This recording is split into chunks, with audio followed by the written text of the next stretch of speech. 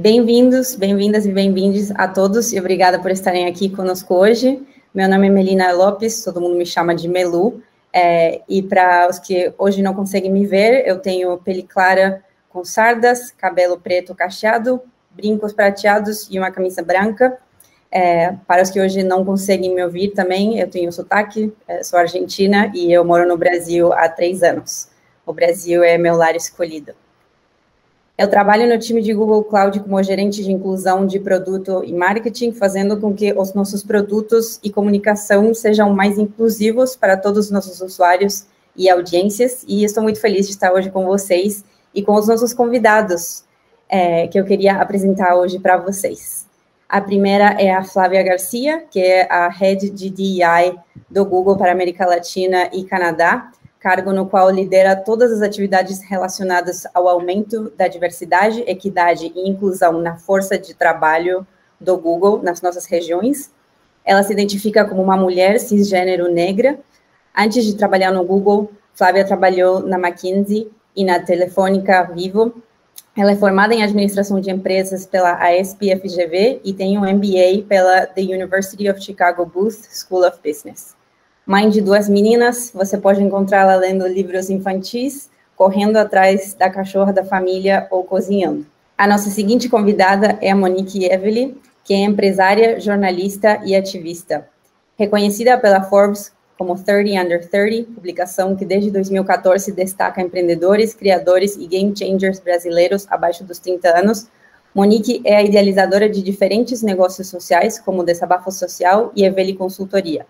Já fez 3 TEDx, participou de eventos da Harvard, foi repórter do Profissão Repórter da Rede Globo e é sócia da Sharp e fundadora da Inventivos. E por último, mas não menos importante, temos o Marcelo Furtado, que é administrador de empresas com pós-graduação em Engenharia Financeira pela Poli USP.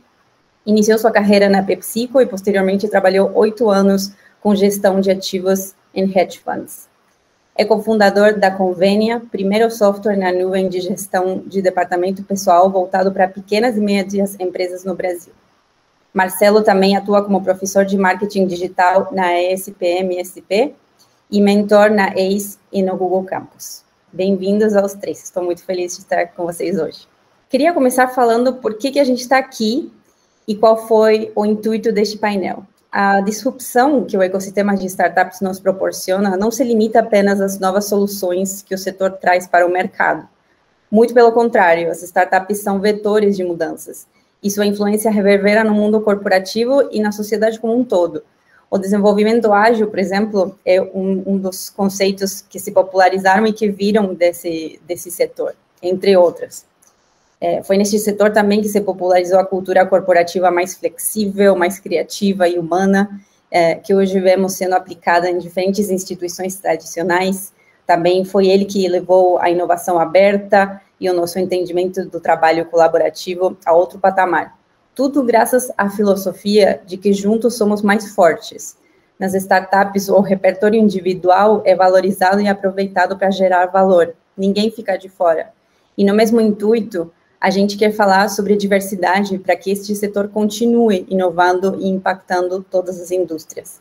Então, hoje, 87,7% dessas startups afirmam que apoiam as pautas de diversidade. A ideia no nosso painel hoje é que vocês tenham algumas ferramentas para concretizar isto ainda mais. Sabemos que vocês que estão aqui hoje é porque se importam com diversidade. E por que isso é importante para as empresas? Muito além do ponto de vista de responsabilidade social apenas, políticas de diversidade vêm se mostrando essenciais para as empresas de um ponto de vista estratégico.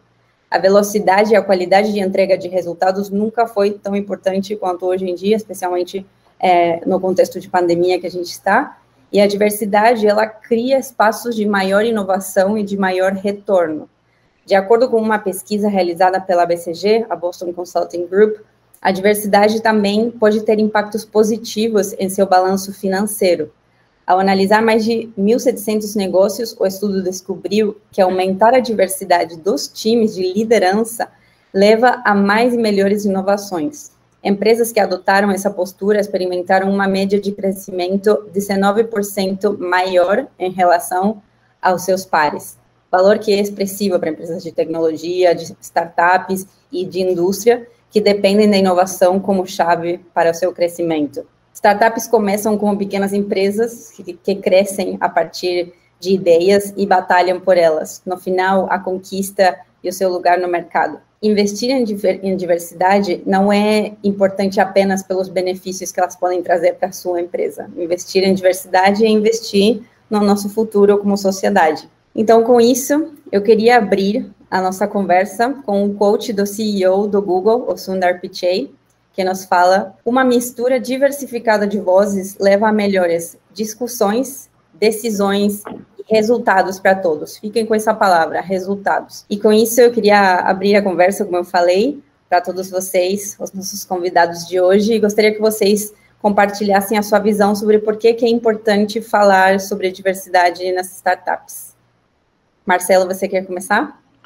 Melina, gostaria sim, e primeiro quero agradecer o convite, né? Para mim, realmente estou honrado de participar aqui contigo, com a Flávia, com a Monique, acho que de um tema tão importante.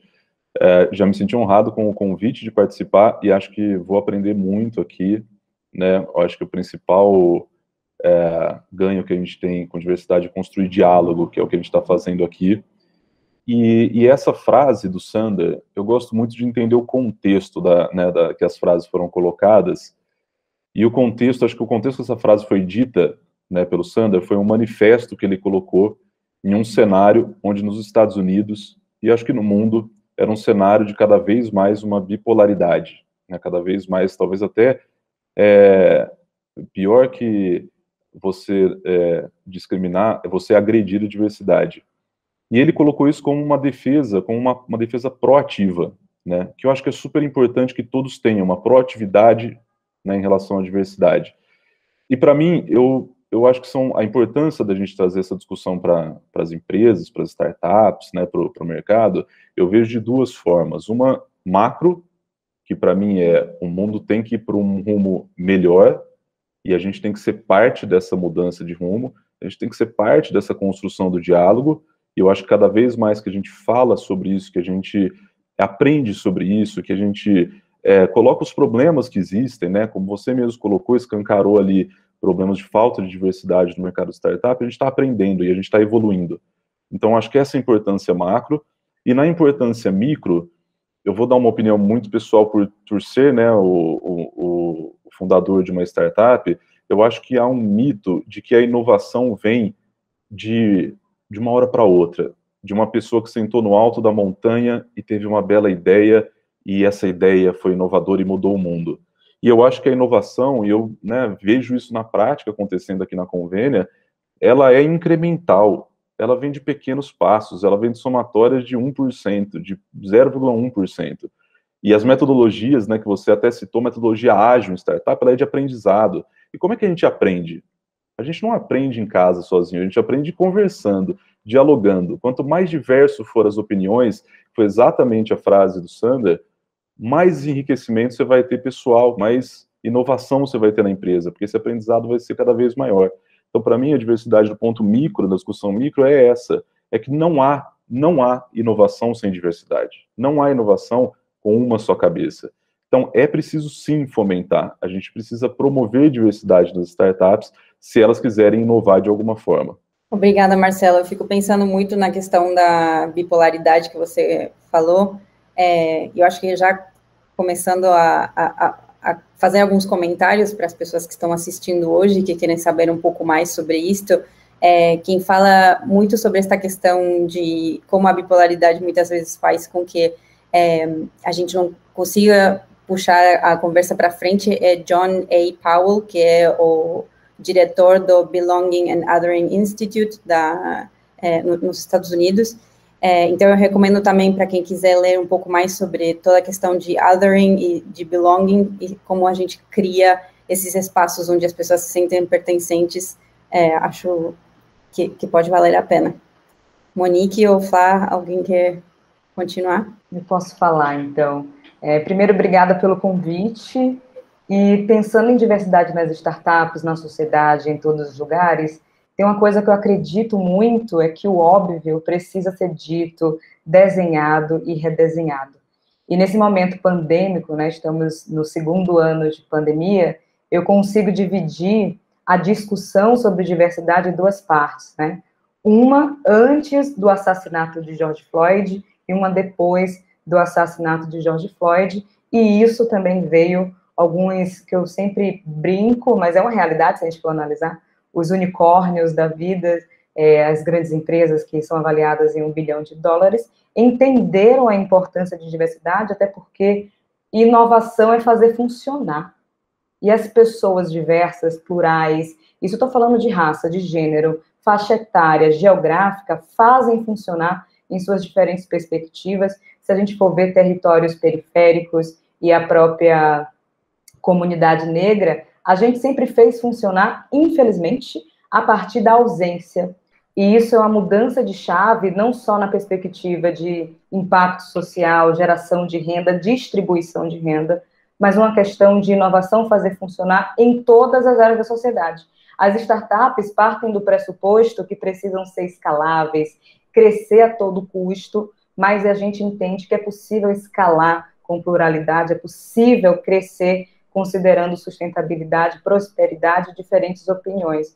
Então, se a gente realmente quer, daqui a 5 anos, ser uma empresa avaliada no universo de $1 bilhão, os famosos unicórnios, o mínimo é a gente começar agora a enxergar que essa conta, essa equação relacionada à raça, gênero e tudo mais, tem a ver com um ganho múltiplo. A gente deixa também de concentrar renda numa única empresa, num único perfil de fundadores e passa a distribuir renda e criar soluções que realmente façam sentido para toda a sociedade.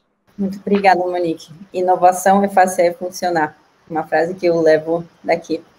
Do meu lado, começar também agradecendo pela oportunidade de estar aqui, pelo convite, por ter um painel de diversidade nesse dia de vocês, né, de hoje, dessa discussão sobre startups aqui no Brasil.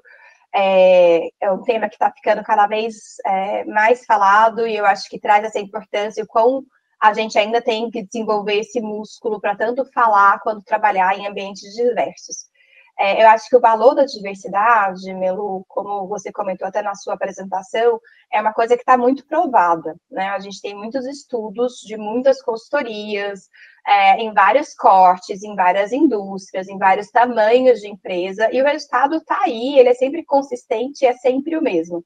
Né? A gente fala de empresas com mais diversidade, principalmente em posições de tomada de decisão, na diversidade nos fóruns tomadores de decisão, sempre estão correlacionados com aumento de resultados, que o resultado pode ser financeiro, pode ser através de inovação, pode ser através de permanência e engajamento de funcionários, então esse resultado está mais do que provado.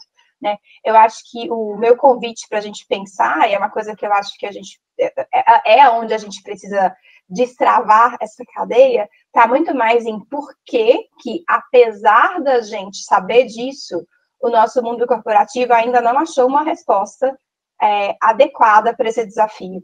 E eu achei interessante também que porque mesmo num ambiente tão menos, a gente imagina um ambiente de startup tão menos burocrático do ponto de vista de regras e de regras corporativas e coisas muito, né, de instituições muito pesadas, a gente ainda tem um cenário que é tão homogêneo, né, de fundadores, de trabalhadores, né, qual é esse segredo, né, o que a gente tem de ingrediente aí que torna esses ambientes corporativos ainda tão homogêneos, tanto no ambiente de grandes corporações, quanto ainda no ambiente de startups. Então, eu acho que é uma coisa que, mais do que trazer valor, é uma coisa que a gente sabe, né? A gente sabe pelos números, a gente sabe pela nossa experiência, né? Quem já trabalhou num ambiente que tinham pessoas com opiniões diferentes da sua, a gente sabe o valor que isso tem, né? O que está acontecendo de tão estrutural aqui nesses ambientes, grandes corporações e startups, que ainda mantêm nossos ambientes tão homogêneos, principalmente nas posições que tomam as decisões. E, Flá, então, já que a gente está conversando com você, eu queria dar um passo para trás, primeiro, que eu sei que comecei um pouco perguntando para todos vocês como vocês enxergam essa importância, quais são os problemas que estão acontecendo, mas eu queria dar um passo para trás e te perguntar para você, especialmente, que trabalha como rede de diversidade no Google, qual que é essa definição de diversidade, equidade e inclusão, para a gente começar a decifrar quais que são as diferenças e quais que são os problemas o que cada conceito soluciona, né? Então, você pode contar um pouquinho para a gente o que é diversidade, equidade e inclusão? Claro, então vamos lá. A gente tem algumas frases que são bem conhecidas dos nossos ambientes, né? Então, a grande frase que eu acho que é mais catchy, assim, para explicar, vai ser: diversidade é chamar para a festa e inclusão é ver quem está dançando na festa. Então, a maneira que a gente entende isso é, vamos lá, diversidade é tudo que eu consigo contar. Eu poderia contar hoje, no painel de hoje, quantas mulheres, quantas pessoas negras, quantos homens, quantas pessoas que se identificam como cisgênero ou transgênero. A gente, né, tudo que eu posso colocar no papel e contar, a gente vai chamar de diversidade. Trazendo o ponto da Monique, poderia ser idade, poderia ser região geográfica, poderia ser bairros, né? Estou falando de periferia, estou falando de bairros centrais. Poderia ser regiões do mundo, né? Quem a gente ouve, né? Quais vozes a gente está ouvindo de países centrais versus países que são considerados mais periféricos, né? De a gente ouvir mesmo, né? Histórias que a gente lê, que a gente ouve. Tudo que eu poderia contar, a gente vai chamar de diversidade. Inclusão dentro do ambiente corporativo seria quase como a outra face dessa moeda, né? Então, eu tenho um ambiente diverso, mas quem fala? Quem é interrompido? Quem toma a decisão? Qual voz é ouvida, né?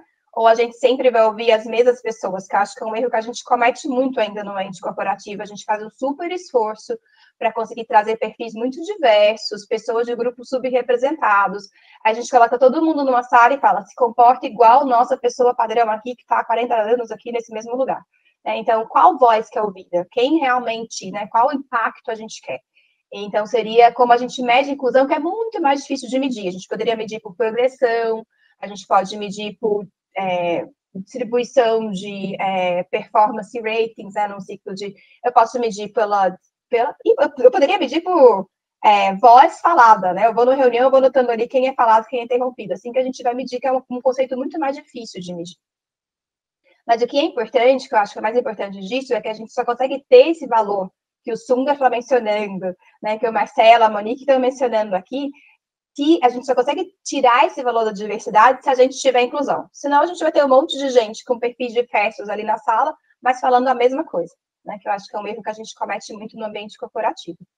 E o terceiro pedaço dessa equação é o pedaço da equidade, que é a gente pensar quais são as barreiras estruturais que estão mantendo, né, até voltando na minha fala anterior, que mantém tanto esse ambiente homogêneo, tanto do ponto de vista de diversidade, então de perfis, né, de identidades, como também do ponto de vista de inclusão, que vai ser as ideias, né, do que é valorizado, de como você fala é valorizado.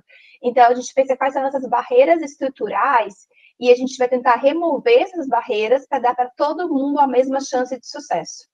Então, é um conceito que é o mais difícil, né? Eu acho que é onde a gente mais esbarra no nosso mundo corporativo, porque todos nós, de alguma maneira, a gente chegou a aprender que justiça é dar a mesma ferramenta para todo mundo, e quando a gente fala de equidade, a gente está falando, não, justiça é você dar a mesma chance de sucesso, que muitas vezes vai ser tratar pessoas diferentes de maneiras diferentes. E é uma coisa que a gente ainda tem muito receio, né? Porque a gente, né, fala, não, como assim eu vou tratar pessoas diferentes e isso é justo? Então, eu acho que é um passo que o mundo corporativo tem aprendido a passos, né, menos ideais do que a gente gostaria, mas é onde vai estar realmente para a gente conseguir destravar. E eu acho curioso também que a gente tem que pensar nisso como uma pirâmide, né? Tipo, pensando de maneira equalitária, né, a gente conseguiria criar um ambiente inclusivo e esse ambiente inclusivo fomenta a diversidade. E, normalmente, a gente pensa isso do maneira contrária. A gente começa criando um ambiente diverso, a gente traz um monte de gente de perfis diferentes e fala, agora vai lá e, né, performa nesse ambiente que vai valorizar só um tipo de gente, né, um tipo de experiência, um tipo de voz, ou um tipo de sotaque, né, Monique? Vamos ser sinceros aqui. A gente que não é de São Paulo, a gente sabe. E a gente, e como esse ambiente, né, e as pessoas vão lá e não são bem-sucedidas, né? Então, eu acho que pensar de uma maneira também que essas três coisas têm que se alimentar para elas darem certo. E a gente só vai conseguir realmente ter a melhor discussão, a melhor decisão, o melhor resultado, se as três estiverem funcionando. Sim, super importante que você fala, Flá, sobre ter a mesma chance de sucesso, né? Eu acho que isso é uma das coisas que mais a gente precisa internalizar aos poucos, ou pelo menos o mais rápido possível. Marcelo, eu tinha uma pergunta para você agora. Você, como fundador de uma startup, como foi o processo de incorporar este tema, a cultura corporativa da Convênia? Eu estava refletindo aqui sobre as duas respostas, tanto da Monique quanto da Flávia, né? E acho que a Monique colocou bem, as startups elas têm um foco, ser escalável, se tornar unicórnio. E eu estava refletindo o que as startups fazem para isso, né? Elas gastam todo o tempo pensando em produto, pensando em modelo de receita. Eu acho que elas nem chegam a pensar em montagem de times ou liderança. Eu acho que é foco em produto e receita, produto, receita, produto, receita. E eu acho que o impacto disso a gente está vendo nos números. Que depois o que acontece quando essa startup ela cresce, ela não tem diversidade, e às vezes até a gente tem problemas também de liderança, de formação de líderes, etc. Aqui na Convênia, eu adoraria falar que a gente teve um mundo maravilhoso, uma jornada super bonita, mas eu acho que a gente foi aprendendo muito ao longo, né, desses 8 anos que a gente existe, e eu acho que diversidade é mais que um tema, assim, pra gente, sabe? Tô refletindo alto aqui, a gente nunca tratou diversidade como um tema, é mais um valor. A gente sempre teve este valor, mas a gente nunca estudou diversidade da mesma forma que a gente estudou o produto.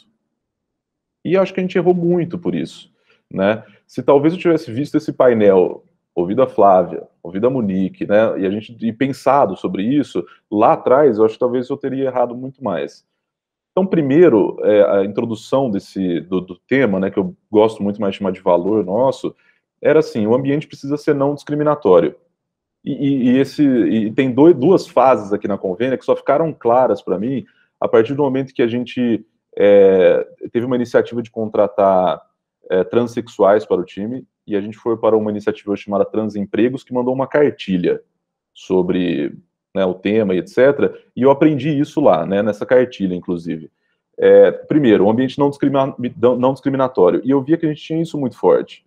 Era, sabe, dar oportunidades, dar voz, mas a gente não, que era o segundo passo, a gente não promovia essa diversidade, a gente não ia atrás da diversidade. Então eu vejo que teve duas fases aqui na Convênia que foram muito claras, né, que foram muito claras. Primeiro, promover um ambiente não discriminatório, e teve muito de educação nisso também, porque, para mim, a educação disso vem justamente de pessoas diversas. Então, o primeiro passo foi trazer pessoas diversas para a conversa, né? E eu, por exemplo, não ia saber quais são as dores ou quais são os problemas. Então, a primeira coisa foi ouvir. E depois a gente começou a evoluir passo a passo, e a gente continua evoluindo. Eu nem acho que a gente esteja no ambiente perfeito. Mas, eu acho que, assim, eu quero até dar um recado para quem está começando, talvez, que se você fizer alguma coisa, já é bastante coisa. A gente precisa começar a fazer. As iniciativas precisam começar a acontecer, né? Então, mesmo que você seja um fundador, homem, branco, heterossexual, você está pensando, mas como que eu posso fazer se eu não estou nem contratando gente, né, minha iniciativa? Se você está ouvindo esse painel, já é uma evolução. Por quê? Porque, na sequência, o resultado de tudo vai ser a construção dos seus primeiros times. Então, por que não há líderes nas startups que são negros, homossexuais ou de regiões diferentes? Por quê? Porque as startups normalmente não trazem líderes de fora, elas criam líderes, elas formam líderes. E se você não tem no seu primeiro time diversidade, o seu time de primeira liderança não vai ser diverso. Então, só da gente ter o mínimo de consciência, eu acho que já é uma evolução. E na Convênia foi muito assim. Então, primeiro, o ambiente não discriminatório fez com que a gente trouxesse para o time pessoas diversas. Com elas a gente aprendeu, e eu acho que foi muito importante, de novo, ouvi-las, né, abrir diálogo. O Google fala muito de segurança psicológica, isso é essencial num time diverso, que todo mundo se sinta à vontade para correr os riscos. Aqui, o que eu mais gosto da Convênia é que todo mundo sente a vontade de vir falar comigo e falar assim, olha, tá errado, eu acho que essa medida foi errada, eu acho que falta isso, falta aquilo, e isso faz com que a gente evolua. Depois, muito tempo depois dessas ações sendo feitas, a gente criou um comitê de diversidade, para aí sim entrar na promoção, na parte proativa, né, de trazer diversidade, porque a gente realmente entende que isso vai ajudar no crescimento, como a Monique falou. vai ajudar a ser uma empresa maior e melhor, principalmente. E aí esse comitê, é a fase um pouco que a gente está, é muito legal porque não é só, esse não é um papel da empresa resolver. Isso é a empresa, o CNPJ precisa resolver diversidade. Eu gosto que todo mundo compartilhe dos problemas e compartilhe das soluções. Então, o Comitê de Diversidade nosso é um comitê de ação, é de trazer todo mundo para a ação, sabe? Para cada um fazer a sua parte. Então, respondendo diretamente, objetivamente a sua pergunta, eu acho que o melhor jeito de trazer este tema, de trazer diversidade para a empresa, é diálogo. É fazer diálogo, é trazer time diverso e dialogar o tempo todo. E, obviamente, estar preparado, né? Porque esse diálogo ele pode trazer coisas que você não quer ouvir. Ele pode trazer coisas desconfortáveis. E isso você tem que entender, assim como você vai na academia e sai dolorido, se você estiver dolorido é porque aquilo significa para você. As emoções são dados, né? Aquilo significa algo para você. Então esteja pronto para ouvir coisas que você não queira e construir soluções que todo mundo vai construir, acho que solução melhor junto, como o próprio Sander disse aí na frase. Muito bom. Adorei a ideia de construir um comitê, porque é muito comum que nas empresas que ainda têm uma força de trabalho muito pequena, acabe caindo muito sobre os indivíduos. Mas no final do dia, muitas vezes, quando a gente tem uma empresa que, na sua maioria, está conformada por pessoas de grupos sobre-representados, quando entra uma pessoa que é de um grupo subrepresentado, a gente acaba, muitas vezes, perguntando demais para essa pessoa e usando essa pessoa como referência. Então, o ideal é que essa imagem consiga se espalhar mais e que não caia apenas no colo de um indivíduo. Então, adorei a ideia de criar um comitê que possa contribuir como um coletivo e não apenas como um indivíduo, porque também, quanto mais vozes tiverem, mais fácil vai ser entender mais pontos de vista. Então, adorei essa ideia. Enquanto eu te ouvia falar, Marcelo, eu fiquei pensando, você falou um pouco sobre a educação, né, que você se educou também sobre temas que não pertenciam, talvez, à sua própria identidade, como, por exemplo, as pessoas que estamos aqui hoje, todas somos cisgênero, então, entender a realidade trans, nos colocarmos nos sapatos de uma pessoa trans, vai ser necessariamente um esforço que a gente tem que fazer proativamente, porque a gente não tem essa vivência. Então, quais foram algumas peças de informação ou de educação que te marcaram, que você aprendeu muito? Pode ser um texto, pode ser um vídeo, pode ser um autor. Queria que você compartilhasse na sua jornada, desde a sua identidade, com algum texto ou algo que você tenha lido que tenha te marcado. Ótimo, e eu vou até aproveitar, eu estou tentando trazer aqui também, para os fundadores que estão ouvindo, talvez algumas ferramentas, dicas práticas eu não quero que ninguém saia daqui achando que é impossível, tá? Então, se você me ouviu e falou assim, não, mas então eu preciso de um time diverso para montar um comitê e etc., isso aconteceu no Convênia muito depois, e você pode usar recursos externos para que isso aconteça. Então, convide pessoas, sabe? Vá atrás de iniciativas, e eu tenho certeza que se você convidar, por exemplo, eu, a Flávia, a Monique, a gente vai ter prazer de falar para o time de 5 pessoas que você tem sobre isso. Então, você pode trazer essa visão também de fora, enquanto o seu time não cresce. O que é importante é fazer algo. Aprendizados, eu acho que, assim, é muito aprendizado. Toda reunião do comitê eu tenho um aprendizado. E eu volto no que a Monique falou no começo, uma outra fase dela, que foi, a gente precisa falar o óbvio. Precisa falar o óbvio o tempo todo. E o óbvio, o que era óbvio para uma pessoa, não era óbvio para mim. Então, aprendizados, por exemplo, que a gente teve, de pessoas que viraram e falaram assim, eu não me sinto representado pelas publicações da Convênia, publicações de marketing. Eu não me sinto. Por quê? Porque todo RH é representado por uma mulher branca de tal idade. A gente falou, é verdade. Então, o aprendizado foi que as pessoas, elas percebem isso, elas percebem que não são representadas. Por que eu não percebo? Porque talvez eu seja representado pelas publicações. Seria impossível eu ter essa conclusão sozinho, talvez. Né? Outro aprendizado. A gente, recentemente, numa reunião do comitê, a gente trouxeram uma questão que sempre a primeira pessoa que faz o onboarding, que recebe a pessoa do RH, é uma pessoa que é uma mulher branca, jovem. E acho que eu não me sinto acolhido por isso. Por quê? Porque eu não me vejo na empresa na primeiro impacto. Para mim isso é um problema? Não era um problema, mas isso é importante que outras pessoas verbalizem o problema, por quê? porque depois isso reflete, e quando a gente começa a entrar no problema, né, é importante a gente entenda o problema da visão dos olhos de outras pessoas, a gente vê que isso reflete depois, inclusive na produtividade. Então, se a pessoa começa a se sentir desconfortável ela sente assim, pô, eu tô sozinha aqui na empresa, e se eu falhar, vai ser uma falha da minha representatividade, não minha como indivíduo, como outras pessoas achariam. Eu nunca teria isso, saberia disso. Se a gente não tivesse a iniciativa de contratar trans e eu tivesse lido a cartilha, eu aprendi um monte de coisa na cartilha que eu, inclusive, trouxe para cá, sabe? Essa consciência de que as empresas não é só ser não discriminatório. Isso é o básico. Isso deveria ser obrigatório. A questão é ser proativo da diversidade. Isso eu aprendi lá. Então, para quem... E eu acho que os empreendedores, eles têm muito disso, de gostar de aprender, de gostar de evoluir, né? Para quem gosta de aprender, esse é um tema, acho que é muito bom de você aprender, de você se colocar vulnerável, né? Se colocar para o time e falar, eu não sei, a gente vai construir junto. Eu quero ouvir as dores. E vocês também vão ouvir as dores, porque o comitê também ouve dores. Eu falo assim, olha, a gente não tem como contratar toda a diversidade para receber pessoas, infelizmente, né? Porque a gente não tem uma empresa gigante com verba, mas a gente pode ter outra solução. A gente pode achar a solução junto. Então, é estar sempre aprendendo. Obrigada, Marcelo. Monique, em seu currículo como gestora estão as startups Desabafo Social, Sharp e Inventivos. Como o tema da diversidade te acompanhou durante a sua trajetória empresarial? Eu gostaria aqui que você mencionasse um pouco, não só da sua carreira pessoal, mas também dos empreendedores que você foi conhecendo na sua jornada.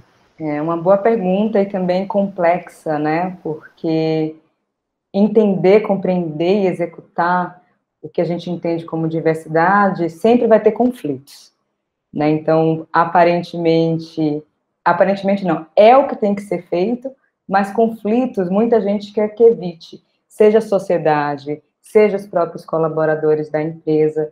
Então, acho que é importante falar, o Marcelo pontuou isso, né? Às vezes a gente não vai ouvir aquilo que a gente gostaria, mas se a gente sente um desconforto, significa que está mexendo com alguma coisa que não estava tão certa como a gente pensava. Eu tenho 26 anos, estou numa jornada ainda de aprendizado, mas tem uma coisa que é importante, que nesse aprendizado, é que eu aprendo com as pessoas que são melhores do que eu.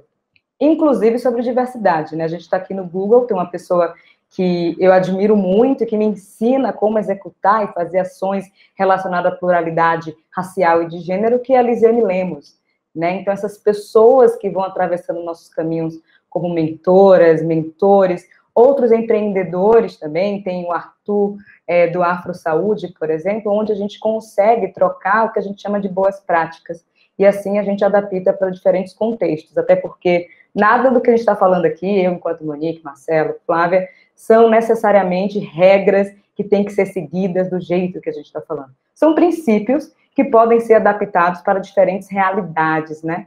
Então, essa troca com outros empreendedores, com outras empreendedoras, sobretudo, mentores e mentoras, faz com que eu erre um pouco menos. Só que tenho 26 anos, eu adoro reforçar isso, porque quando chegar nos 50, eu vou reforçar que tenho 50 anos e continuarei numa jornada de aprendizagem, porque a gente precisa acompanhar também as transformações que são aceleradas na sociedade. De 2020 para cá, muita coisa mudou. 2021, estamos ainda em maio, e muita coisa está mudando, e a gente tentando acompanhar. A única coisa que cresce de forma exponencial são as empresas e tecnologias. Nossas mentes, nossos comportamentos, as culturas, até porque cultura é uma convenção humana, né, uma criação nossa, enquanto pessoas, crescem e mudam e transformam de forma não tão exponencial como a gente espera que as empresas, como a gente quer que as empresas, as nossas empresas cresçam, né? Então, esse equilíbrio de tá tudo bem, você não acompanhar tudo, mas ter pessoas ao seu lado que vai, assim, olha, Monique, o caminho talvez seja esse, melhor do que esse, é importante para a gente construir algo relacionado à coletividade. Não adianta só o Google fazer, não adianta só a Inventivos fazer, se, na verdade, o resultado a gente quer que seja para a sociedade, apesar de sermos pessoa jurídica. Só que pessoa jurídica é formada por pessoas físicas e a gente precisa compreender isso na hora que a gente faz, inclusive, nossas parcerias, nossas ações, por mais que seja algo aparentemente individual, sempre vai ressoar coletivamente de algum jeito. seja positivo ou negativo. A gente está nessa conversa hoje aqui sobre diversidade, muito pensando em impactos positivos em curto, médio e principalmente longo prazo, porque talvez os resultados a gente não vai ver necessariamente na minha geração, na sua geração, mas o resultado vai acontecer e espero que seja positivo. Então, esses aprendizados coletivos são importantes, Mel. Obrigada, Monique. Eu fiquei pensando muito no que você falou sobre aprender de pessoas que são melhores do que a gente, nessa frase conhecida de se você é a pessoa mais inteligente numa sala, você está na sala errada. Acho que é super importante a gente se nutrir de pessoas que sabem mais do que a gente, mas um ponto muito específico que eu vou falar no ambiente de diversidade e que acontece também é que as pessoas que sabem muito, muitas vezes não recebem esse crédito ou esse agradecimento. Então, é muito importante que se a gente tem um colaborador nas nossas empresas que sabe muito sobre diversidade, que está sendo a voz das comunidades ou está fazendo uma pesquisa sobre essas comunidades, que essas pessoas recebam esse mérito não apenas como uma pessoa legal que está fazendo coisas porque é incrível e é só parte da cultura, mas sabendo do que a gente estava falando no começo da conversa, que isso traz resultados econômicos para as empresas. Então, queria só adicionar esse ponto, porque achei que acontece muito no ambiente de diversidade, enquanto a gente não institucionaliza mais a questão da diversidade como parte da nossa, não só da nossa cultura, mas do nosso benefício financeiro também nas empresas. Tem um reconhecimento que é importante, mas tem também a questão de eu, enquanto mulher preta, sou contratada para pensar a estratégia de uma empresa e não necessariamente para fazer parte de um comitê de diversidade. Tá tudo bem perguntar antes, sabe? Senão também é exaustivo. Eu não consigo entregar com excelência o trabalho, a minha função que eu fui contratada, porque, na verdade, eu fui chamada para consertar, né? As pessoas, pensando nas diferentes pluralidades que existem hoje, geralmente somos acionadas e acionados nesse lugar do conserto. Vamos contratar a Monique, vamos contratar a Flávia e ela resolve esse problema. A gente já passa essa imagem externa que tem diversidade, mas isso deixa de ser uma responsabilidade coletiva enquanto empresa e passa a ser um fardo para a pessoa contratada que não consegue exercer a sua função e mostrar a sua excelência naquela função, seja de produto, engenharia, tanto faz a área, porque sempre tem que apagar incêndio, sempre tem que consertar. Então, só para a gente não cair nessa cilada de fardo ao invés de responsabilidade. Se a gente quer mesmo entender, compreender, aprender, tá tudo bem contratar ou chamar uma pessoa e explicar. Dentro das suas possibilidades, dentro do seu escopo de trabalho, tem essa parte que a gente acredita que você vai colaborar muito. Assim, o combinado não sai caro, o que está registrado em contrato também não sai caro, senão sempre vai ser um fardo para essa pessoa. Porque antes mesmo de eu ser empresária, eu sou uma pessoa negra, eu sou uma mulher negra e nordestina. Então não dá para eu ficar sempre tentando apagar incêndio de questões que eu gostaria tanto que os aliados e aliadas pudessem também colaborar e não fazem isso por receio e utilizam um termo que muita gente provavelmente ouviu falar nos últimos anos para cá, que é o lugar de fala para não poder opinar ou sugerir mudanças. Só que o lugar de fala todo mundo tem, independente se você é uma pessoa branca, independente se você é cisgênero, hétero, enfim, tanto faz, todo mundo tem. E é a partir desse contexto que a gente sugere mudanças e por aí vai. Eu só trouxe esse parêntese porque é muito exaustivo para uma única mulher que está na empresa, a única pessoa preta, ter que levantar e carregar esse fardo e é vista como, lá vem ativista. Mas temos que entender que antes de ser empresária, antes de ser profissional, essa pessoa é uma pessoa preta, é uma mulher, é deficiente, faz parte dos LGBTQIA+, e isso é atravessado 24 horas, a gente não tem descanso, sabe? Não existe hierarquias de opressões. Não dá para Monique hoje acordar, hoje eu vou ser só empresária, amanhã eu falo sobre racismo, e depois de amanhã eu vou falar sobre xenofobia, questão etária, não dá, é tudo misturado e a gente precisa entender isso para não colocar mais um fardo na vida de um profissional preto, na vida de uma profissional mulher e por aí vai. A nossa rede de Project Inclusion no Google, Jean-Baptiste, ela fala, eu sou mulher, eu sou negra e eu sou canhota. Eu não sou canhota na segunda, negra na terça e mulher na quarta. Então, essa questão da identidade é super importante. Obrigada, Monique, por trazer o ponto. Marcelo, eu tinha uma pergunta para você. com respeito ao ecossistema de startups. Na sua visão, fundos de investimento tendem a procurar CEOs em ambientes onde a presença de diversidade está mais reduzida? O que você acha um pouco sobre esse assunto e quais são um pouco algumas soluções que você pode, ou algumas coisas que você tenha pensado para discutirmos? Com certeza não. Com certeza não. E eu costumo falar o seguinte, que se a gente busca no mesmo lugar as mesmas coisas, você nunca vai trazer pessoas diversas. Isso é o óbvio, né, que a Monique falou, a gente vai ter que reforçar o óbvio, mas se você vai sempre atrás de buscar formado na faculdade XYZ, você não vai trazer diversidade. E no mercado de investimento de startups, eu vejo que tem um viés muito grande, que, de novo, reflete nos números que a gente vê, de trazer um certo perfil que, teoricamente, é um certo perfil que eu vejo assim, a falta de diversidade muitas vezes é blindada pela tal da meritocracia, que eu acho que é um grande mito, assim, sabe? As pessoas tendem a colocar quase como se tem, não, eu tenho meritocracia, essa pessoa ela tem mais mérito que outra, então por isso que eu busco esse tipo de perfil. O que, no fundo, para mim, é quase como um misto de ignorância com um misto de preguiça de se esforçar a entender que, de fato, aonde está o mérito e qual valor, de fato, eu estou querendo avaliar. E eu não quero delegar só para fundos de investimento, tá? Porque parece que eu estou, né, julgando também os fundos, eu acho que eu só estou tentando trazer uma realidade, e eu acho que em contratação de startups acontece a mesma coisa. Então, o que eu estou querendo dizer com isso? A gente vai colocar uma vaga no ar, e aí depois você vai lá e coloca assim, não, essa vaga precisa ter inglês, mandarim, precisa ter experiência em Harvard, etc. Você vai trazer, de fato, diversidade? Não. Essa função precisa realmente disso? Ou é só uma preguiça que eu tenho de desenhar realmente a função? Então eu vejo que o ambiente de investimento em startups, o ambiente de recrutamento em startups, ele é cheio de vieses. Vieses que todos nós temos como seres humanos. Mas são vieses inconscientes. A gente deveria quebrá-los com a consciência sobre o problema. E, de fato, como você mesmo já colocou, isso vai resultar em um portfólio melhor para o fundo também. A gente não está colocando aqui uma questão, pelo menos o meu pensamento, não é uma questão simplesmente uma obra social. O que o verdadeiro trabalho do fundo deveria ser, de escolher os melhores empreendedores para as melhores oportunidades.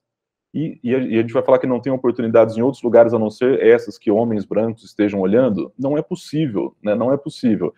E eu estou colocando assim, educação é um viés. O outro viés enorme que o mercado de investimento traz eu preciso de startups que tenham o mínimo de tração. Isso implica o quê? Que o empreendedor, ele tem que gastar dinheiro, ele tem que pedir demissão, ele tem que ir atrás do negócio, correr um risco. Você consegue correr o risco se você está saindo lá de trás, na largada? Você não consegue. Você vai primeiro na sobrevivência, e aí você não consegue romper essa barreira. Então, se você ter um mercado de investimento também exige isso, ele não é benéfico para o mercado, ele fere também a diversidade. Então, eu acho que o principal aqui é a consciência de todo mundo que recruta, que investe, todas as partes do ecossistema, de que isso acontece. Porque eu não acho que isso seja numa má intenção, mas acontece. A gente tem que quebrar esses nossos vieses inconscientes com consciência, porque eu acho que isso vai trazer pluralidade, eu acho que isso vai depois... Eu gostaria que fosse no curtíssimo prazo, mas eu acho que no médio e longo prazo vai trazer resultados gigantescos, sabe? A gente tende a menosprezar o que a gente pode fazer no longo prazo e superestimar o que a gente pode fazer no curto. A gente acha que no curto a gente pode fazer muita coisa e no longo a gente não consegue nada. Eu acho que no longo a gente consegue, neste momento, participar de uma mudança gigante se a gente quebrar esses vieses, né? E a gente tem boas iniciativas quanto a isso, né? De investimento só para determinado perfil de empreendedor. Eu gostaria que o mercado geral não tivesse o viés, né? E, de novo, não quero colocar a culpa só no investidor. Eu também acho que quem recruta, nós, empreendedores, todos nós temos também um papel nesse viés que deve ser quebrado. Muito bom, Marcelo. Você estava mencionando a questão do recrutamento, né? Então, eu quero entrar um pouco mais em profundidade sobre esse tema. Flávia, como porta de entrada para as empresas, é impossível deixar o processo de recrutamento, de seleção, fora dessa discussão, né? Que nem o Marcelo estava mencionando. muito além de políticas de diversidade que transformam a empresa internamente, é preciso garantir que as candidaturas às posições em aberto englobam perfis diversos. Você tem alguma dica para as pessoas assistindo sobre como fazer isso? Sim, e obrigada, Marcela, por levantar esse ponto de vieses, que eu acho que a gente é um pedaço dessa equação que é muito importante, né? A gente precisa pensar e vieses é aquela coisa, todos nós temos, né? Eu acho que tem muita pesquisa falando sobre isso, todos nós temos. É uma coisa que é muito difícil a gente tirar, então a gente tem que quebrá-los através de processos. Eu acho toda uma questão interpessoal, mas também da própria pessoa do grupo subrepresentado, que tipo de mensagens elas têm ouvido, né, e como isso vai afetar o perfil dela ou não. Eu acho que é um pedaço super importante. Mas eu acho que para a parte de recrutamento, eu acho que a gente precisa tocar no que é sistêmico, né? Ou então, que regras são essas que a gente vai ter que tocar, a gente vai ter que mexer para conseguir alterar o resultado, né? Então, usando o seu exemplo, voltando até o exemplo de financiamento, não adianta eu ter o decisor ali do fundo com a pessoa menos enviesada do mundo, se a regra que se for, como a Marcela falou, sempre vai ser 2 empreendedores que se conheceram na faculdade, passaram 5 anos desenvolvendo o produto, quem está né, garantindo a sobrevivência dessas pessoas? Ninguém fala, mas a gente sabe, né? Que se a pessoa conseguiu fazer isso é porque ela não estava trabalhando. E se ela não estava trabalhando, estava vivendo, alguém pagou aquela conta, né? Então, a gente, né? E quem vai pagar, né? Se eu vou conseguir apresentar a minha ideia de negócio para 25 mil empresas. Quem pagou sua viagem, né? Então, tem um fundo aí, um bolso, que a gente não está falando nessa história tão bonita, que também está mantendo essa história como é. Então, enquanto eu estiver procurando esse mesmo perfil, eu já sei quem eu vou achar. Então, não adianta falar, eu sou muito desenviesado, né? Tipo, eu fiz um treinamento aqui de vieses inconscientes e consegui perceber que realmente, olha, quando eu vejo uma mulher negra, eu associo a uma imagem, que é uma imagem que a nossa mídia, que a nossa história tem que colocar. Não adianta só quebrar essa imagem, eu tenho que quebrar a regra, né? Que regra é essa? Que tipo de perfil eu tô falando? Então, no caso de recrutamento, eu acho que a gente tem um exemplo muito legal no Google de aprendizado, que a gente tem percebido, por exemplo, a gente percebeu que a barreira de língua, né, falar inglês, é uma barreira muito importante no Google. O Google é uma empresa muito internacional, né, a gente passa muito parte da nossa, né, no nosso dia a dia ali falando inglês, mas, enfim, é uma barreira artificial, certo? A gente criou essa barreira, a gente cria um ambiente que a gente fala inglês, né? Daria para a gente questionar até isso, mas já que a gente, no primeiro pedaço, a gente vai questionar, é justo a gente, no país como o Brasil, em que 5% da população fala fluentemente uma segunda língua, a gente demandar que os nossos estagiários falem inglês fluente? Né? É uma demanda justa? E se a gente começar a ver, até usando as palavras, né, que a gente já usou aqui no painel, tanto da Monique, do Marcelo, sua, Melo, é uma questão de skill. Não, eu sou assim, é uma questão de perfil, é uma questão de oportunidade, né? Então, se a gente, né, nosso inglês, falar inglês no Brasil, depende muito mais de você conseguiu ir para uma escola bilíngue quando você tinha 3 anos, você viajou para a Disney, você fez um intercâmbio, você fez faculdade fora, né? Ou fez aula de inglês, não estou nem fazendo mais bem perto da realidade, fez aula de inglês quando você tinha 10 anos, ou isso não aconteceu?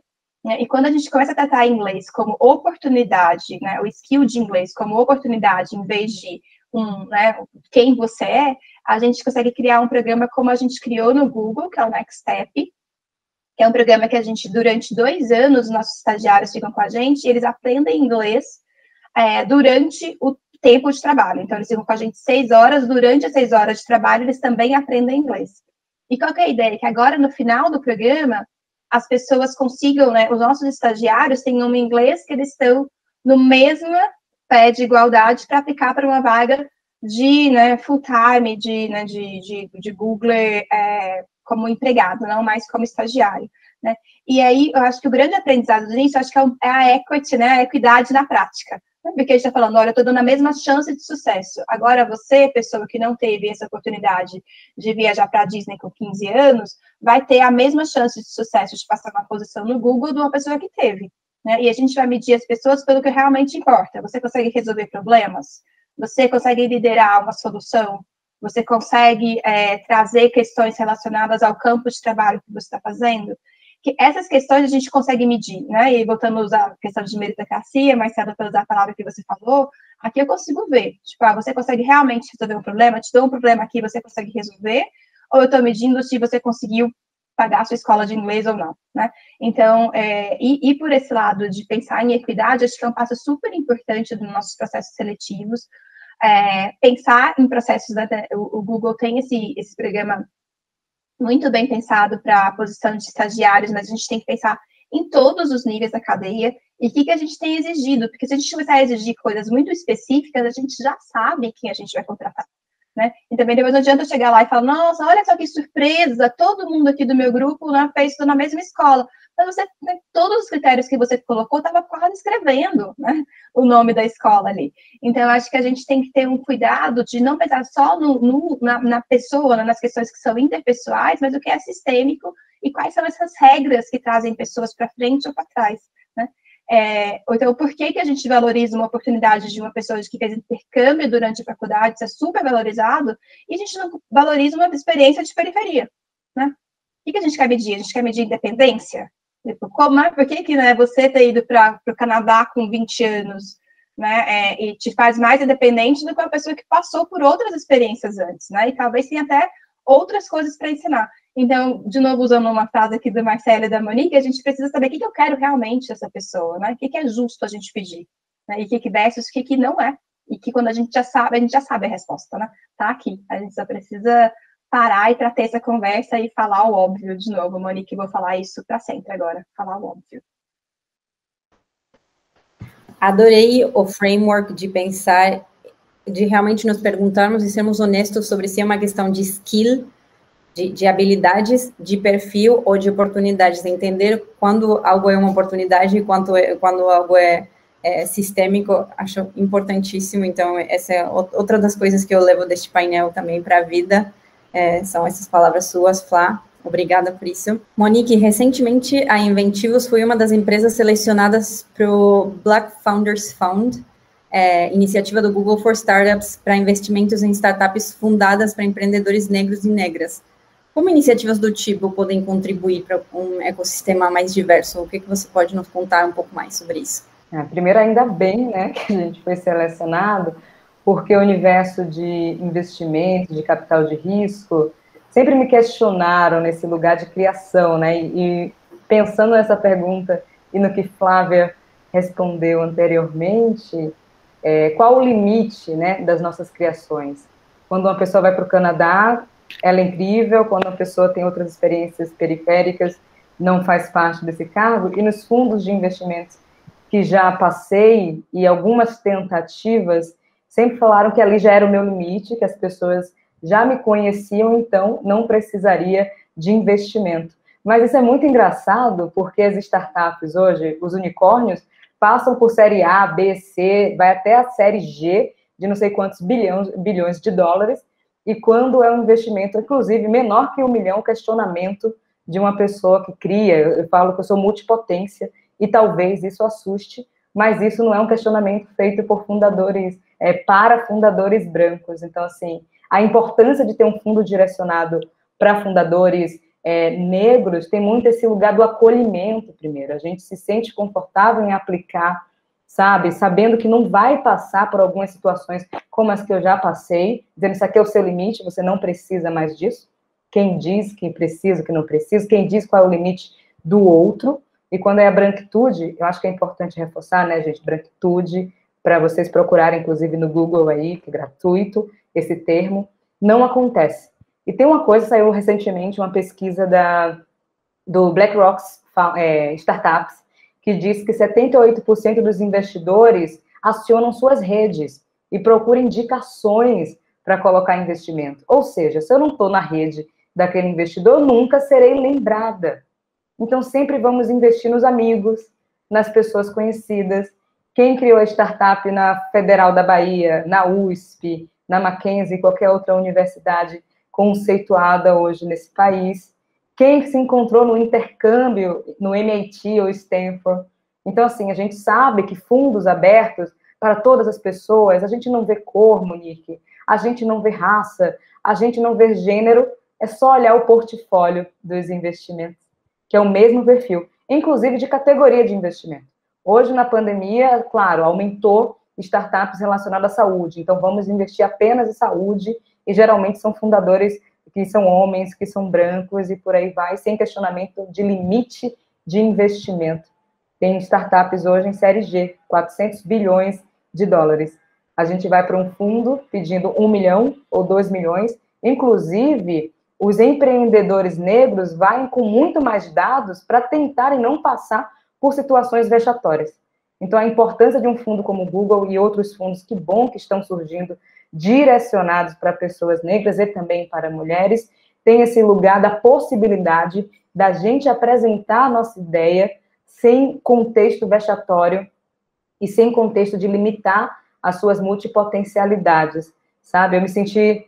Isso foi um dos motivos por ter aplicado no Google. Depois de ter desistido, em 2018, de qualquer possibilidade de chamadas criativas, editais e fundo de investimento, eu falei, provavelmente, com essa iniciativa, eu não vou passar por humilhações que eu passei, né? Então, que bom que existem isso, e que bom também que tem uma equipe diversa para fazer essa avaliação.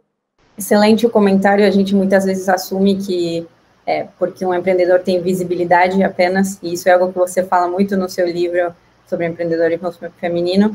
Muitas vezes a gente acha que apenas com visibilidade já serve, e muitas vezes isso não é o único que é importante. Então, obrigada pelo comentário. Obrigada a todos pelas respostas até agora. Estou aprendendo um monte com vocês. Eu quero fechar o nosso painel fazendo a pergunta do milhão para todas as pessoas que estejam assistindo hoje, que estejam em startups onde já tem uma trajetória, as pessoas já tenham começado, já tenham recrutado uma base de empregados, já tenham uma cultura estabelecida e queiram saber como corrigir, como pensar em diversidade ainda mais, como mudar realmente a realidade da empresa deles. Então, eu queria que vocês passassem, assim, cada um de vocês, alguns conselhos para deixarmos para a nossa audiência hoje. Acho que a minha principal dica, Melo, acho que seria pensar na parte estrutural, né? Foi uma palavra que eu falei muito hoje durante esse painel. Eu acho que é muito fácil a gente se prender no que é interpessoal, né? Se prender e tentar levar isso muito mais para o que a própria pessoa, o tomador de decisão, está fazendo, e não pensar em quais são as regras que fizeram aquela pessoa tomar a decisão. Então, vamos olhar esses requisitos de entrada, o que faz sentido e o que não faz, o que é ensinável e o que não é, né? E também a gente não precisa ter todo mundo pronto, né?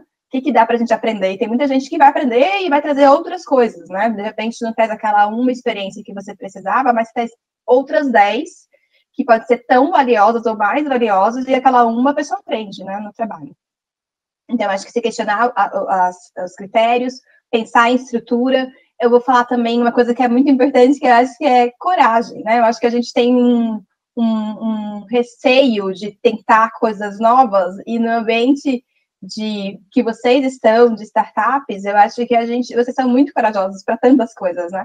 Então, acho que eu gostaria muito de ver esse espírito de tentar coisas novas, e às vezes não vai dar certo, né? Eu sempre falo muito isso, gente, ninguém tem a receita, né? Trabalhar em ambientes diversos, como a Monique também estava falando no começo, e o Marcelo, não são confortáveis. Estar com uma pessoa do seu lado que tem uma experiência muito diferente da sua é muito mais confortável. Você está com uma pessoa que estudou na mesma escola que você, fala a mesma linguagem que você, tem a mesma experiência. É muito mais confortável. É um desconforto que a gente está trazendo para o ambiente, né?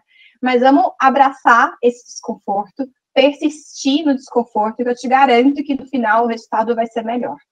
Então, o meu convite a minha dica é um convite quase, um convite ao desconforto, e um convite à persistência, e um convite ao erro. A gente vai errar nessa jornada, é impossível a gente acertar tudo, e usar todos esses skills que vocês já estão usando para criar os negócios de vocês com impactos incríveis em 1000 áreas possíveis, também nessa parte da nossa sociedade, e que eu acho que muito além do que criar, né, produtos melhores, decisões melhores, que isso a gente vai conseguir, né, está mais do que provado, a gente vai criar um ambiente mais justo, né? E eu acho que todos nós queremos um ambiente mais justo, a gente quer fazer parte de um ambiente mais justo, e a gente vai conseguir chegar lá se a gente tiver coragem para enfrentar esse desconforto.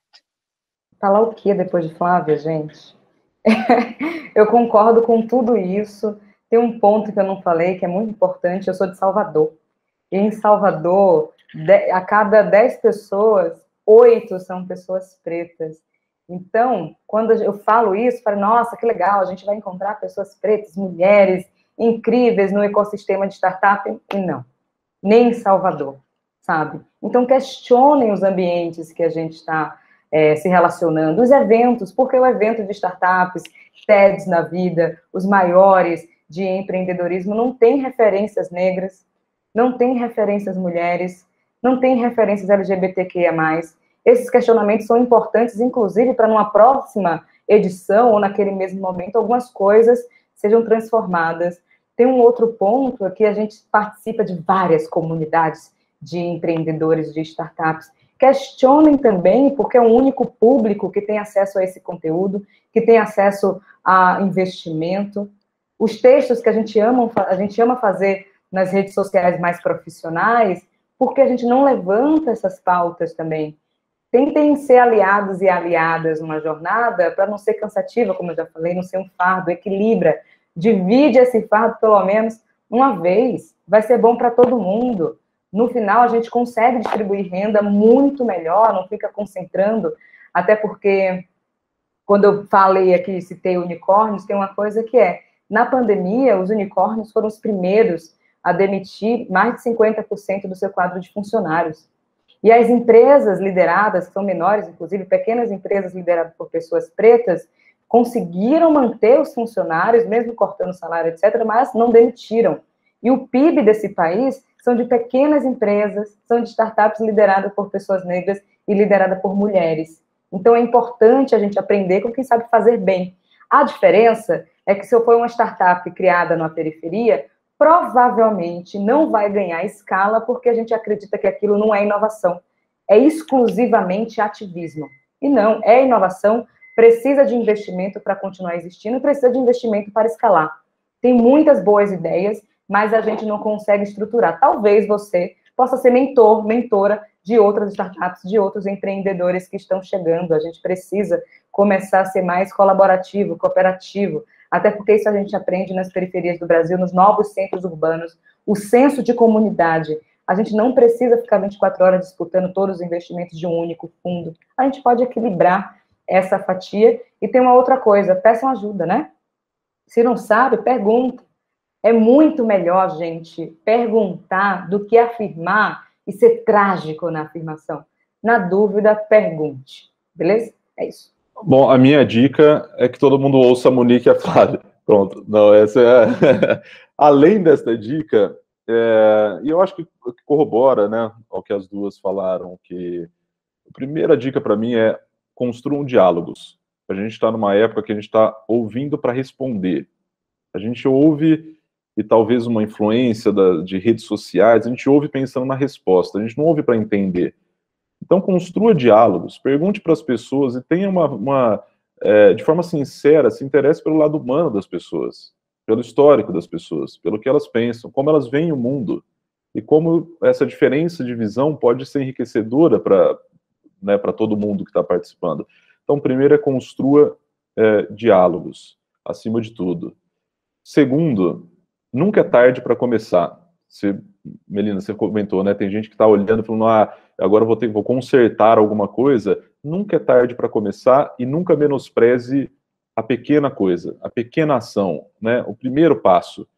Isso é super importante. Começar de algum lugar, como a Flávia falou, se permite errar, né, esse processo. É quase metodologia ágil aqui, a gente vai, mas se permita, dê pequenos passos, dê o passo que você consegue dar, né? E terceiro, eu vou retomar esse ponto da meritocracia, porque eu acho que eu costumo ouvir muito isso. Não se esconda atrás de uma falsa meritocracia. Entenda quais são os valores reais que você tem. Esses valores você deve perseguir. Você não deve perseguir valores que não são... E não é só valor que eu estou falando... O seu crescimento financeiro da sua startup talvez não seja o valor mais importante que você deva perseguir. Provavelmente não vai ser, não vai ser. Ele é importante, mas ele talvez não seja o mais importante. Então revise os seus valores pessoais, humanos, e persiga eles, né? Vá atrás deles. E eu acho que isso vai trazer eu confio muito no ser humano, então acho que só isso, essa consciência já vai trazer, acho que mudanças muito, muito grandes, muito importantes. Bom, muito, muito obrigada aos três. Os conselhos que vocês têm dado são invaluáveis para todo mundo que está aqui assistindo. Eu queria deixar as minhas 2 últimas dicas também e convidar vocês a ficarem no evento assistindo o resto do conteúdo, que vai ser incrível também. A primeira coisa que eu quero deixar para todo mundo também é que trabalhar com diversidade é uma jornada. A gente começa hoje, para os que não tenham começado, e mesmo para os que já começaram, é uma jornada que começa hoje e continua para o resto da vida. Este é um compromisso e um trabalho que a gente tem que fazer todos os dias, e todos estamos nessa jornada juntos, todos fazemos erros e todos estamos aprendendo. O Google também. Então, queria deixar vocês com essa ideia primeiro. E a segunda coisa que eu quero falar antes de fechar é que o trabalho com diversidade, equidade e inclusão se planifica. A gente aprende, a gente se educa e a gente executa, mas é um trabalho que se planifica, não é algo que a gente pensa uma vez que a gente já fez todo o resto da nossa estratégia de negócio, todo o resto da nossa estratégia de recursos humanos. É algo que desde o começo a gente tem que ir pensando e pensando de maneira estratégica. Então, eu espero que o conteúdo de hoje e os nossos palestrantes tenham ensinado muito para vocês, para esta jornada, e espero que continuem aproveitando o resto do evento. Obrigada.